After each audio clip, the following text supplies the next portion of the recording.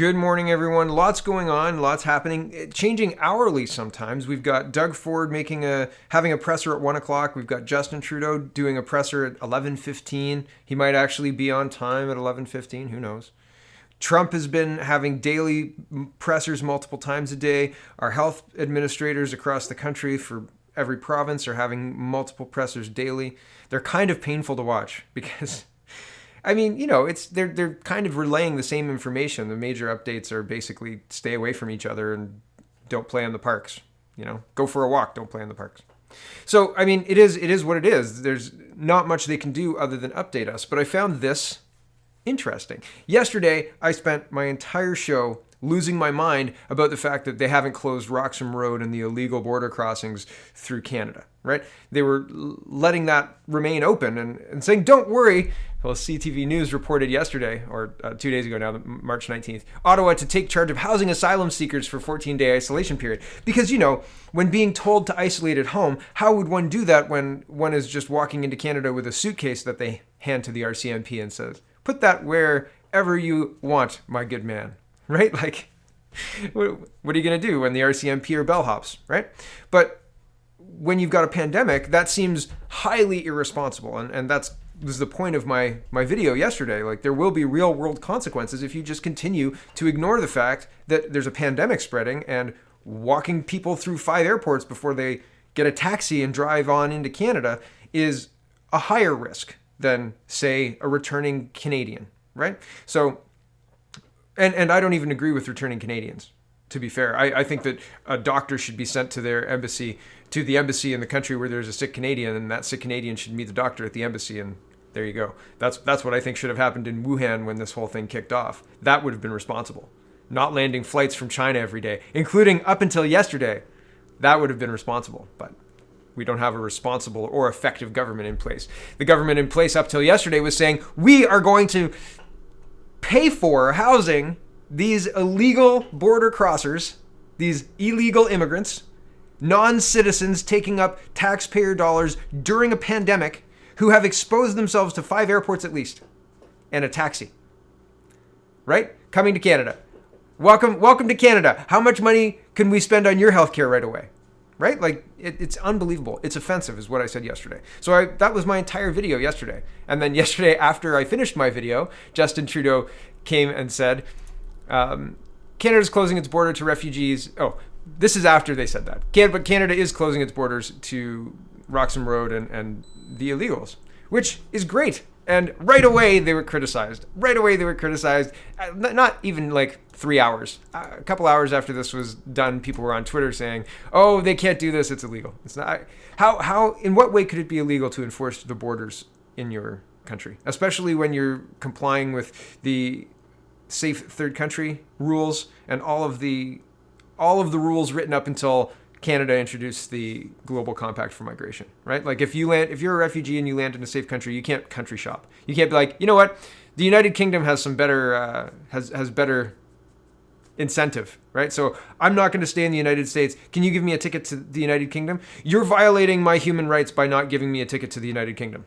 That's basically what's happening. And then they go to court for that for months until they get their way, and then everybody gets their way because they say, "Will you let him?" It's just ridiculous. Like, and that's lawcraft. Okay. Anyway, so they're criticizing Trudeau's move on this. Here's Trudeau's move on this, just to consolidate. Here we go. Today, Canada and the United States are announcing a reciprocal arrangement where we will now be returning irregular migrants who attempt to cross anywhere at the Canada-US border. Okay. We recognize that the efforts we are going through are unprecedented. These are historic times in which we need to do everything we can to support Canadians and mobilize all our efforts in smart ways.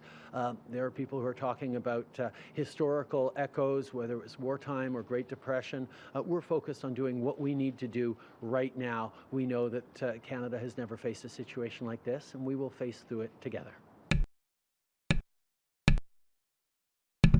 You can tell when he's off script. The uhs come out, right? It's a lot more uhing and ahing. So that's where Justin Trudeau was yesterday. So anybody who's arrived already, they will be under quarantine on taxpayer dime as per yesterday's announcement. But anybody arriving from now will be turned back in a mutual agreement with the United States. And presumably they will, put up barriers at Roxham Road, maybe take down those temporary buildings, maybe start policing the taxi cabs that say, ride to Roxham Road, $60 for one person, $80 for four. I think that's what it is. So, cheaper if you come by the fours, right? $20 each, right? So here's the article. Hold on a second. Prime Minister Justin Trudeau's decision to close the border to asylum seekers who enter the country illegally, global news, amid the worsening global COVID-19 outbreak is a violation of international law, experts say. And I think that it's interesting that the news, their first job is to, delegitimize what the Prime Minister's doing? Is to side with people who are illegally crossing the border just on the off chance that they're not sick and doing this because they have to, or something to that effect. And that may be the case, but the solution to other countries' problems isn't to import wholesale that country's population to Canada. Oh, your country's terrible and you need to run away from it? Welcome to Canada. We'll fix it until we're overrun and taxpayer money runs out and we can't afford it anymore. And then, it's ruined for everybody, right? Like, the point isn't to use Canada to just extend the population to people who are rich enough to get an airplane ticket to New York and then rich enough to get a taxi ride and who can just leave their lives, right? Other people do things the correct way and wait years. Other people get a plane ticket to New York and walk in and they get to just jump the line. It's offensive. It's ridiculous. It's incredible that they could just find an expert and this is what the news is deciding to run with, right?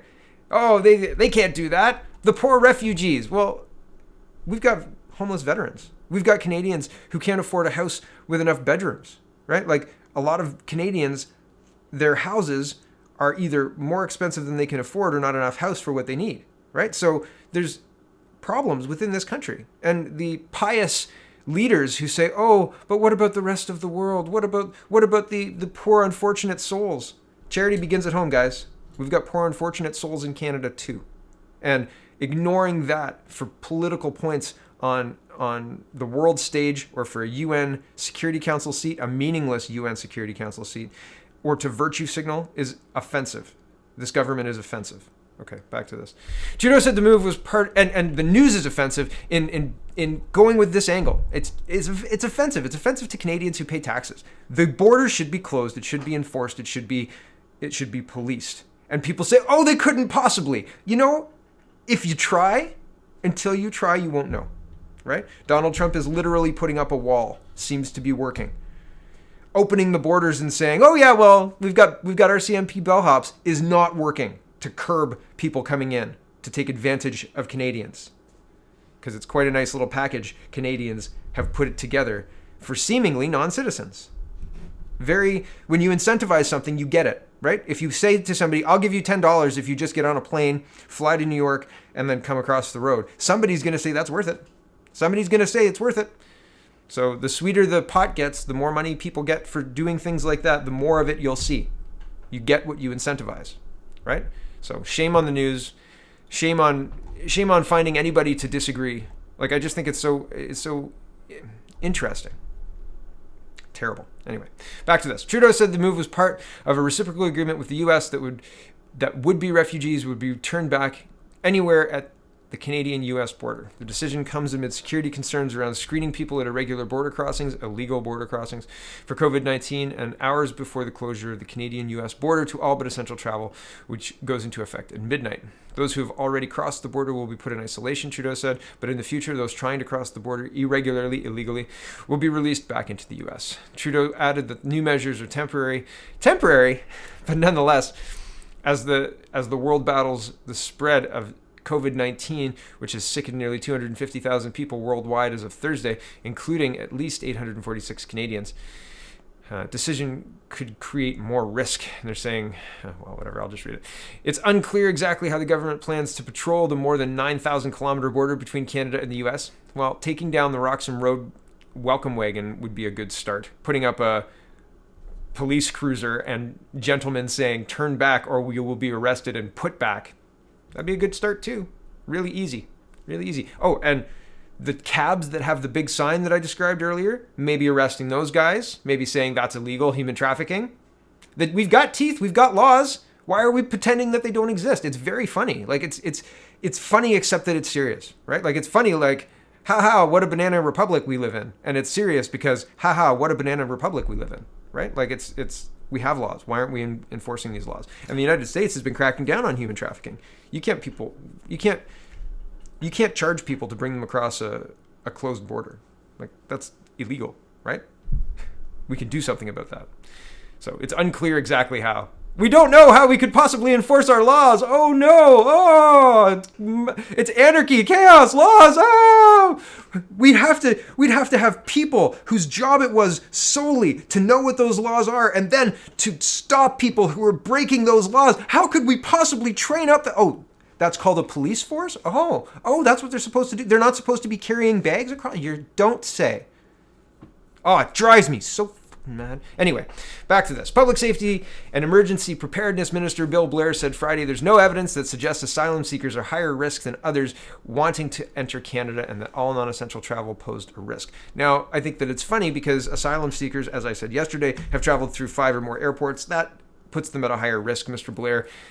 That is, the statement here is just empty government rhetoric meant to calm people down. It's offensive. This offensive, ineffective government. I think that's going to be the name of this video. Back to this. Quote, we would simply direct them back to curtail that irregular migration, which was very difficult, quite frankly, to monitor to ensure the safety of Canadians, Blair said. A spokesperson for Blair's office later said the decision to close the border to irregular migrants was made based on decisions by the International Organization for Migrants and the United Nations Refugee Agency, the UNHCR, who are concerned that international travel could increase the exposure of refugees to the virus. What an interesting Orwellian way to put that. People who are exposing themselves by traveling through 5 airports, right? Airports are a hotbed for illness and sickness, especially this thing, apparently. And airplanes, and, if somebody's sick on an airplane, you have to eat, and, that kind of stuff increases the virality of a virus, right? The contagiousness of any sickness, really. And so these people... Yes, I said these people who put themselves at higher risk are not just the same as other people because they're obviously a higher risk. It's just, again, offensive, ineffective. And I think it's funny that they're saying that it's for their own, like the refugees' own safety that they're stopping this. Well, maybe the way to fix this is to encourage the countries who the refugees are fleeing to be better countries, to have capitalistic markets, have free open markets and trade, and rather than the way things are happening, because the way things are happening, well, breeds war and breeds unfairness, etc. But you cannot go into another country and say our way's better, right? Like it just doesn't work that way. And you cannot wholesale import another country to save their population because you disagree with their way of life. It's up to the country, and if they're run by people who are corrupt, if they're run by people who throw the laws out, if they're run by people like we're run by, apparently, how could we possibly enforce our laws? Then it's up to them to fix it. It's not up to another country to fix it. It would be offensive for Donald Trump to walk in here and say, our system's better. You guys need a president now. And until you choose a president, this is going to be the person in charge. And don't like it, these are our military. That would be warlike, right? That is not okay. So why is it okay for the West to impose that on other people? Why is it okay for the West to prop up dictators? Why is it okay for the West, specifically Canada, specifically SNC-Lavalin, to bribe people like Muammar Gaddafi to play that game, to get contracts in those places? Why is that all okay? Why is that wallpapered over and not talked about, right? We're trying to protect the refugees by not letting them come through the airports. Give me a break. We're trying to help the dictators by giving them all this money, so that their populations don't starve. I mean, the threats of the dictators to the West or whatever maybe should be handled in a different way. Maybe there's other ways to solve these problems, but certainly the way we've been doing it for the last 30 years, 40 years, is not working. And certainly opening our borders and having people like Bill Blair claim that, they're not a higher threat. Don't worry about that. They're not a higher threat at all. The whole problem is we don't want to unintentionally expose them to this virus by having borders open and incentivizing people to come. So in order to stop the virus being spread, now we'll close the borders. Offensive, ineffective, right? Ottawa will allow temporary foreign workers and international students into Canada. We don't want to expose the refugees. No, we don't. This is dangerous, everyone. Don't travel to Canada right now. If you're sick or if you're well, just stay home. But if you're a temporary foreign worker, we recognize how important you are to the economy. So come on in. And if you're a temporary foreign student, come on in. Come on in. It's not like universities are closed. Oh, right. Yeah. So what? Isn't that strange? Here's the Globe and Mail on March 13th. Universities prepare to shut down classes, shift teaching online. That's happening pretty much everywhere in Ontario and pretty much all across Canada. And yet, here's March 18th. Ottawa will allow temporary foreign workers and international students into Canada. Welcome to Canada. Do you have a cough? No? Okay. Can you self-isolate in your dorm? Good. How about in your foreign worker? Often there's like dorms or places that all of the workers kind of congregate, motels or whatever, right? I hope they're all nice and clean. I hope they're well stocked, right? Deputy PM confirmed Friday people with work or student visas will be allowed to Canada despite the travel ban. Yeah. In an acknowledgement of the essential role temporary foreign workers play in Canada's agricultural sector, the federal government has said it will allow them to continue entering Canada despite new restrictions at the border to limit the spread of the novel coronavirus. They'll be allowed to enter Canada after observing a 14-day period of self-isolation, said Public Safety Minister Bill Blair Wednesday. Yeah. But I mean, it's not like these 5,000 flight attendants are looking for something to do. It's not like they couldn't do essential work until the airline industry gets back up and running, right? And then we would not expose the students and the foreign workers to the potential of travel. Because if every traveler poses the same risk, which it does according to Mr. Blair, right? All non-essential travel poses a risk. Why are we more concerned about refugees than foreign workers and students? Especially when universities are shut down. You morons. Especially when nobody's working. Nobody's working. So what are we doing? It's stupid. Like, on the surface, you're like, okay, maybe I could see that. Except that in context, it makes absolutely no sense at all. None. It's insanity. Sobeys is trying to stay open. Moving on. Moving on from the complete irrational insanity that's happening from the leaders of our country. Sobeys is installing spit shields. Yay! Sobeys to install plexiglass barriers at checkouts as grocers work to stay open amid coronavirus outbreak. I'm not going to read this. They're also putting little feet to have people social distance. But I mean, like, your cart is kind of enough room for that. Yeah, it's a good idea to have the feet and stuff. But, man, this thing's going to change our world. It's already a different world. I said to my wife the other day, we all understand what it means to be in a post 9/11 world, right? I understand that. I lived in the pre 9/11 world. I lived before we had cell phone computers, right? I had to drive home before I checked my email back when I was 20. So that's a thing, right? But this is a post Wuhan Chinese coronavirus. This is post COVID-19, Chinese COVID-19. And so I don't know what that means yet, right? I don't know what that means yet. After post 9/11 meant we had TSA and airport screenings, and people were afraid of airport hijacking or airplane hijackings and war on terror. I mean, that's what we got post 9/11, right? So I don't think it made things better. I don't think it was a good solution to the problem. I think it's a lot like this, right? It's a lot like we're doing this to save the refugees, and the unintended consequences are that they're putting at risk foreign workers and students, right? If you use the logic, if you apply the logic, it just fails. And I know they're trying to help. I understand probably they're trying to help. But it seems like they're not. And I think the same will happen after the Wuhan virus. I think they're trying to help. But ultimately, who knows? And who knows? I mean, Wuhan is still on lockdown. They're still on lockdown from January to now. So if you think things are going to return back to normal to April, or return back to normal in April, welcome to a post-Chinese coronavirus world. This is a disaster. This is a 9/11. This is something the world will be contending with for a long time. So it's very interesting. Very interesting. Thanks for watching, everybody. I want to make one more point, but I'm cogent of the time. I'm going to make it anyway. I think that it's interesting. The other day I was saying I can't imagine the world crashing the economy, right? And the more I think about it, like I can't imagine everybody in the car, right? All of the world governments saying, let's do this thing, let's crash the economy. But the more I think about it, they're kind of doing that with global warming. I mean, the ever-expanding climate change, global warming restrictions to reduce the carbon, the CO2 output, etc. We're CO2-based organisms. Our energy, the liquid fuel that we create through oil and gasoline and all that stuff is part of the reason the West is what it is. The rich is created on the backs of being able to transport goods reliably, being able to make computer chips, being able to use those resources. If you draw that down, it's a very anti-human policy, and people don't even realize it. They're being sold this thing as a positive thing, but it's not a positive thing. It's not a good thing. We want to expand our growth. We want to expand our energy use. We want to expand these things because they make us better. And maybe there are more efficient ways to do it, but fundamentally, growth in population mirrors growth in CO2.